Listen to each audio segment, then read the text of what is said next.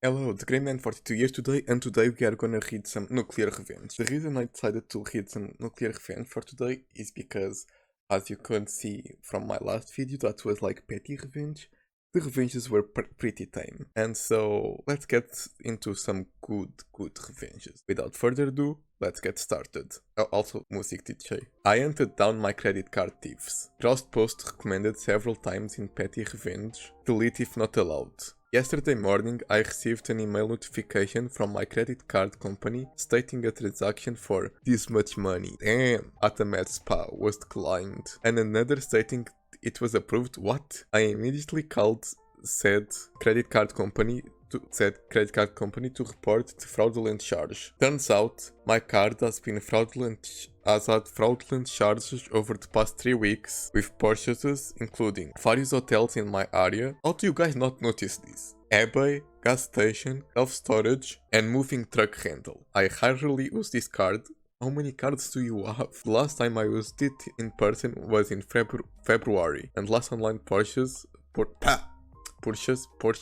in 2023. Fortunately, my credit card company flagged all recent charges and closed my card. This morning, my significant other had a doctor appointment in the same city as a hotel purchase made yesterday. After the doctor, boyfriend asked me what I thought we should do today. I said, well, he wanted to shop for some new shoes, or we can swing by this hotel up the street and see if the credit card thieves are still there. The amount seemed like it would cover 2 or 3 days. So boyfriend and I go to the hotel to see if the people were still checked in and to let them know the card was stolen and charges would be reversed. Front desk lady was pissed. She was able to find the reservation by card number and noted that the person had kept changing cards to pay for the room. Of course, they didn't tell me the room number, much to my boyfriend's dismay. Boyfriend was hoping to get a room key to take their stuff, lol, right. I mean, if you paid for it. I called credit card company, what the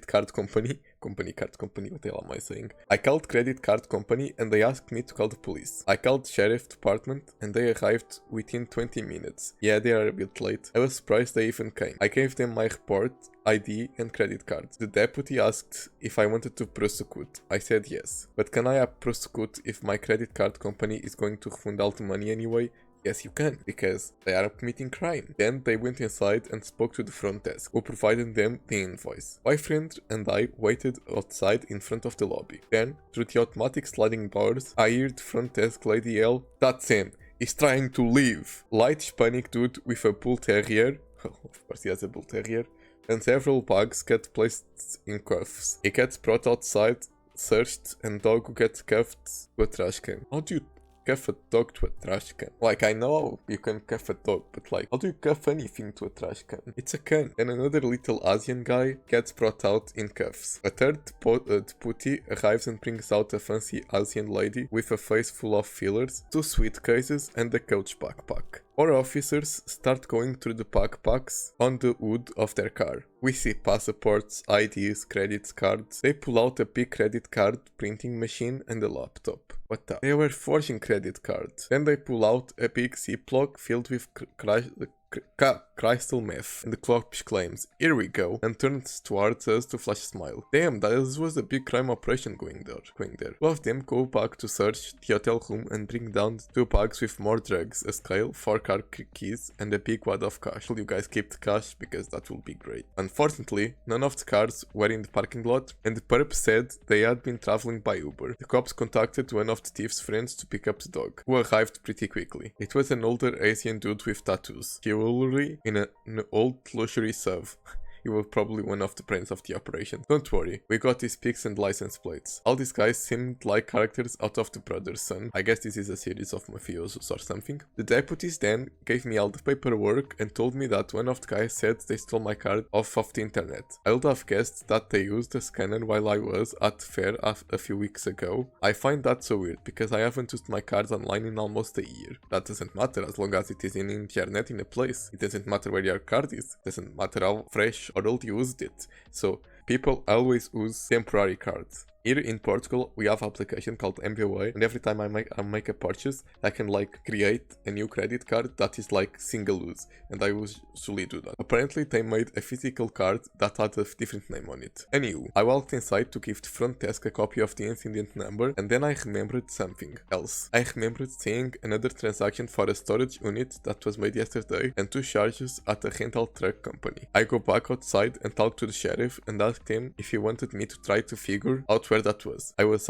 able to track down the storage location to a city about 15 minutes away, but no can do on the trucks. I called the storage place and they confirmed that the payment was made with my card, but would not give me the unit number. And that's them because it was their card, so they are paying for it. From there, the sheriff said that it was out of their jurisdiction and they will try to get a search warrant, but that might take a while. However, it might be helpful if I made a police report with the other city. So with nothing better to do, I drove my ass over there and made another police report regarding the storage unit. That's it for now.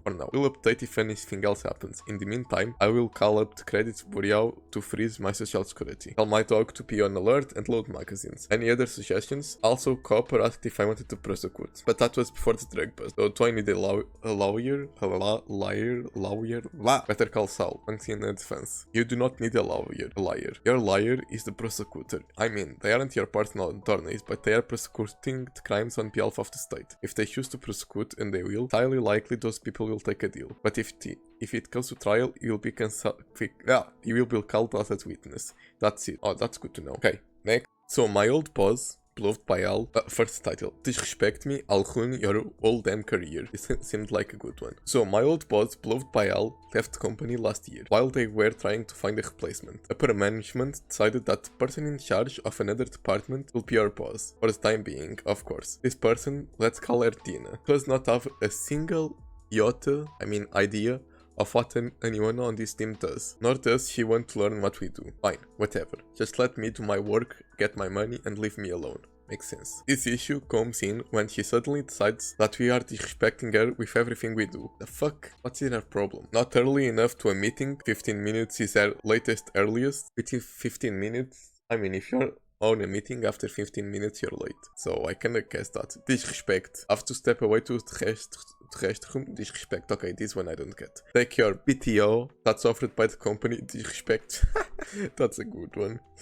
That's a good one. Finally, I have enough and start documenting every instance with proof and witness, yes, into a massive Excel sheet. Damn. At this point, sure, it's annoying and I'm passively looking for new work, but I've dealt with worse. Makes sense in this economy. The breaking point for me came during my yearly review. This is the first and hopefully only time I've ever been put on a PIP plan. I don't know what's a PIP plan. I was told repeatedly that was lazy and disrespectful, despite several clients providing positive feedback and me working until 22 hours most nights. But I kept quiet. I toed the line until I have a new job. Then I let the floodgates open. Now, something important to note is that while our former boss was great, we weren't all going to quit in solidarity with her. But me, well, that's a bit of a different story. In addition to my job, I also worked to make my co-workers' jobs easier too. I was kind of the glue holding that entire team together. So when I quit, everyone else on my team did as well. Damn. You see, if you stop working into a thing like they do, and it's actually well balanced, you can get better terms. And what did our team do, you might ask? Well, we supplied a service that brought in the majority of the revenue. Oh, yeah, and you were the most important ones. Ooh. With no one to supply the service, the business would head towards bankruptcy. They made the bet that they are laying on it. Back to the story, when I put in my resignation, I decided to include the spreadsheet to provide further insight as to why I was leaving. And to top it all off, I decided to PCC the CEO. I don't know what this is. He and I are pretty close and he's told me on multiple occasions that he will do anything to keep me employed there. Oh, nice. When he found out about Tina's antics, he held true to his word. Asked if he should fire Tina? Yes. Now, Tina may be a dick, but he has young kids and I'm not a dick. That's not about being the dick, that's about justice, so you're basically living with everyone, making that your company will get bankrupt because of Tina here. But when your boss tries to solve the solution and say, oh, I'll fire Tina and you guys can stay, you basically say, oh, I'm not a dick, so I won't let you fire her. despite her be causing bankruptcy of a company, just because she has young kids. What about give her young kids jobs and fire her? So I told them no, but if anyone else leaves because of her, then you should rethink her employment. Well, my last day comes and goes, and the rest of the team puts in their resignations. So you basically just, dude, you are a dick anyways. If this is your definition of being a dick, you are a dick anyways, because you already knew that your team was quitting, so you should have just said yes here. Why go through all this trouble? Well, my last day comes and goes, and the rest of the team puts in their resignations effective immediately, citing disrespect from Dina specifically. With no team to manage, South cites that Dina no longer has a place at the company, and decides to fire her with no severance. How do I know? Dina decided to spam call me for several days, but my new fancy job is at a law firm, and I was able to get one of them to draft up a cease and desist. I haven't heard the peep since, and now I'm just enjoying my new gig. Dina free. Why did you let the Dina situation get so far out of hand if you are such close friends with the CEO? That's also true. Certainly a few words about what was going on would have protected the company and your friend, the CEO. They would also have enabled you to keep the job you were happy in pre-Dina. Dina was also friends with the CEO and higher up on the food chain. Clearly not if the CEO literally asked you if you wanted to ask Dina to fire Dina. And if Dina left and I was still there, she had minions that would have made working there miserably still. Okay, so she basically had minions. Okay, that makes more sense. So in total, till I didn't have to. So she was friends with the board of directors too, sounds like a very powerful person. And yet she was fired with no severance despite her many powerful friends. Not even allowed to go back to the job she was temporarily resigning from, sad. Not every company is public and has a board of directors.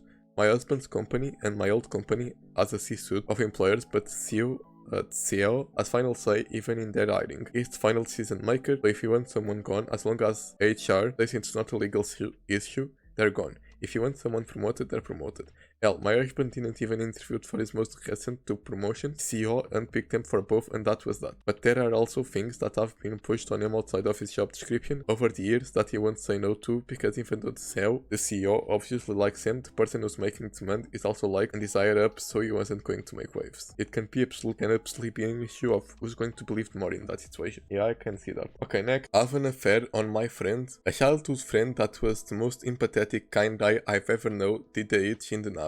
Went into computers and played guitar in a band, married a pretty mean girl that liked the idea of a big wedding and musician husband. Had no interest in a marriage. People really need to know what's a package. He was their family's golden child, drop-dead gorgeous and completely narcissistic spoiled. Yep, true story.